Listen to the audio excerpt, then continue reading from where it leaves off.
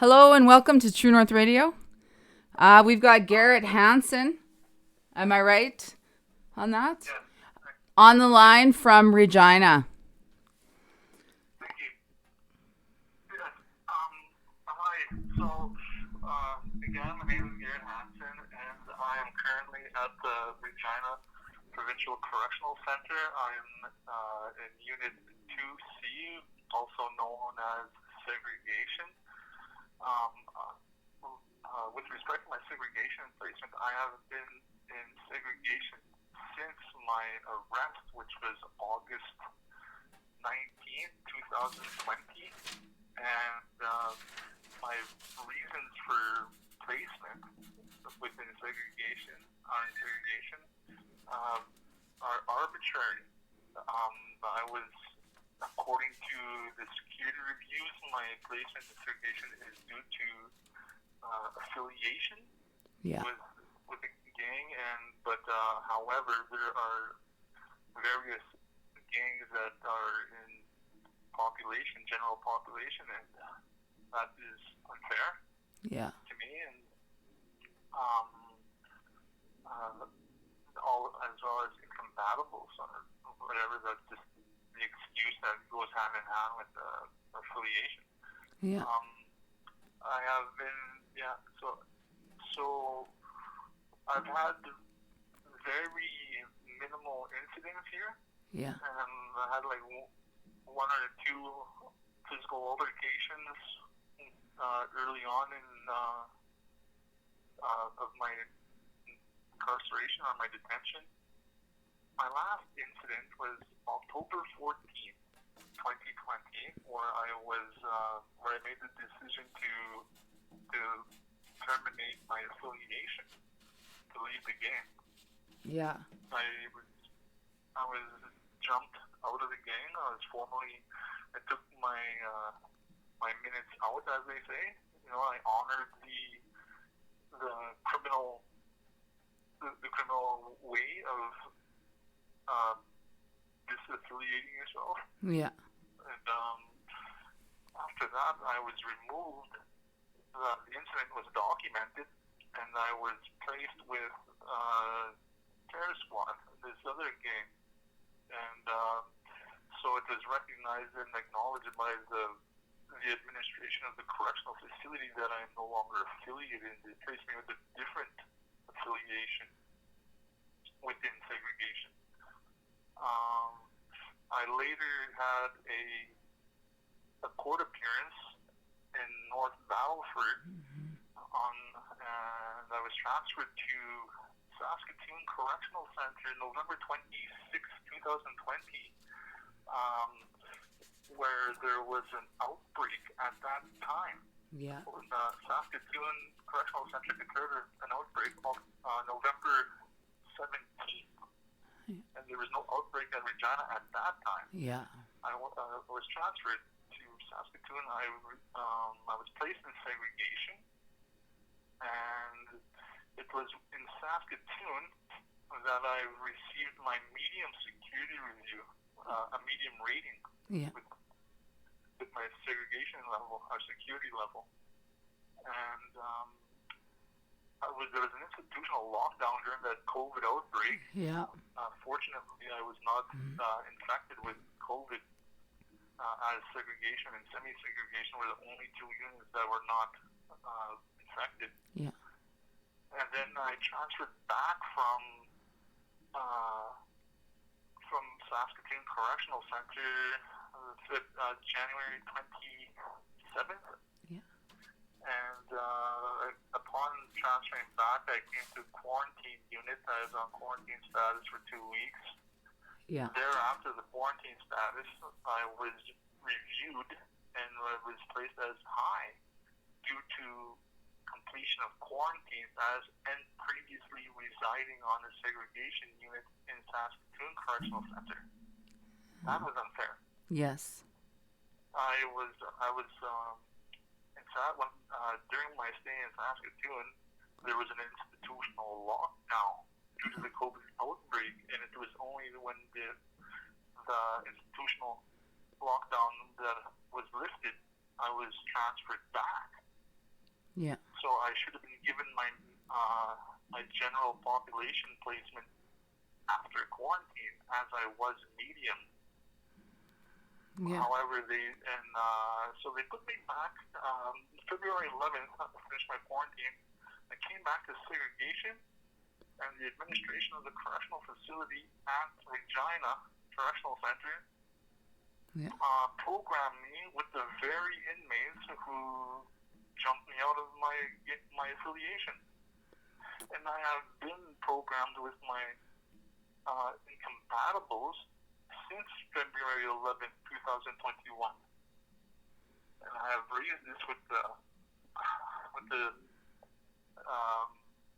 Assistant Deputy Director of Programs, also known as the team leader of Unit 2C, segregation, and have just prior to my security review, that my safety, the team that the ADVP jeopardizing my safety by programming with the incompatibles who were documented on our security reviews. It's on our security reviews that there was an assault between the three of us. Yeah. And then she, when I confronted her and brought this to her attention, she looks over at the cell next to me who programs with me, and you can see her reaction, and like, oh my God, he's right. Mm-hmm. Like, she's got fucking liability on it because corrections is obligated to ensure an inmate's safety, custody, and control. Yeah. She's in breach of her obligation to inmate safety. Yeah. That's me. Yeah. And they're denying my placement, they're denying my general population, my general population placement with incompatibles. And I'm like, excuse me? Incompatibles? You got me placed with incompatibles, took me up again. That was my last incident back in October. Yeah. I haven't had a single notice of charge report since. Yeah. Yeah. I've now been in segregation for 8 months. If you look at the case of Nick DiNardo, he's got a class action lawsuit for segregation, and he has these multiple mental health issues, schizophrenic, bipolar, etc. Mm-hmm. I'm going on now. Staff are letting me out. They know they jeopardize my safety. They are on high alert. They're on edge. I have assaulted a staff on record, and now everyone's on edge around me. They see like I'm about to assault the staff. My jeopardy is now on safety. No, it's not. It's the hostile environment. And just like a mess, like an administrative mess, and like, just breaches and violations, like by corrections. Yeah.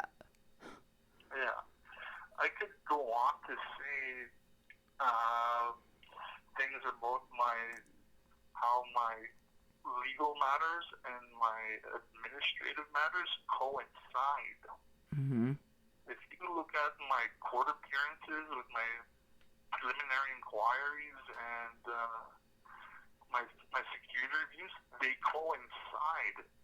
Every time I have a court appearance or a security review, I have a court date. So that resets my security review. So I don't get that security review. Then I gotta go to quarantine for the 2 weeks. And then by the time I come back to segregation in the 3-week review, it's up, I got another court appearance.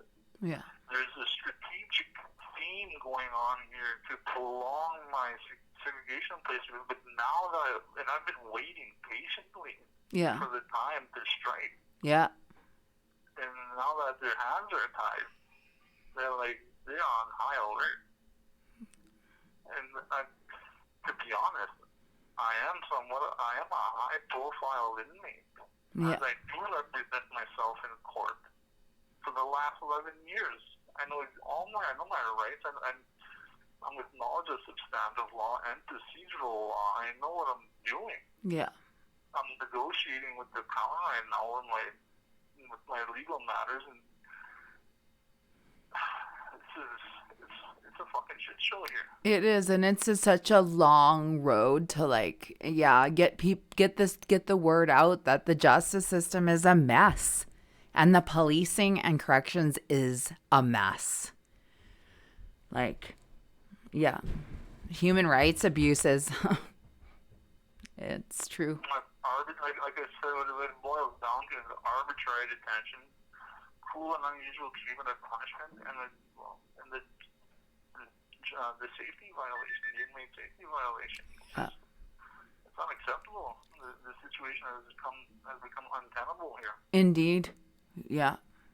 I'm really glad that you phoned and are talking out, and there's a lot more actions planned too on the ground in Saskatchewan to bring to light what's going on here. I really feel like the public doesn't have the straight answer. They don't get the straight call. They always get it from the powerful, and the powerful don't want to let loose that they can't manage.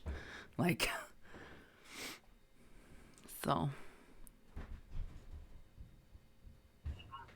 yeah. So thanks a lot for phoning, and we'll get this up for sure.